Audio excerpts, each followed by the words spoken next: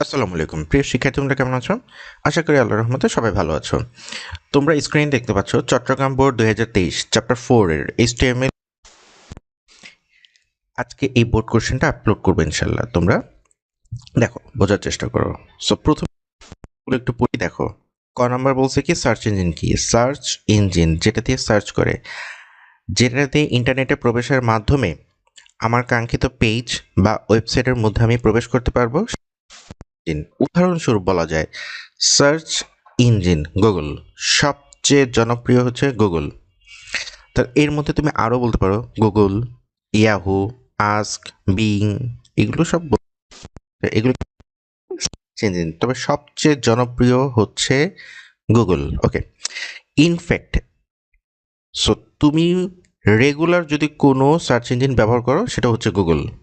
ওকে, ডান।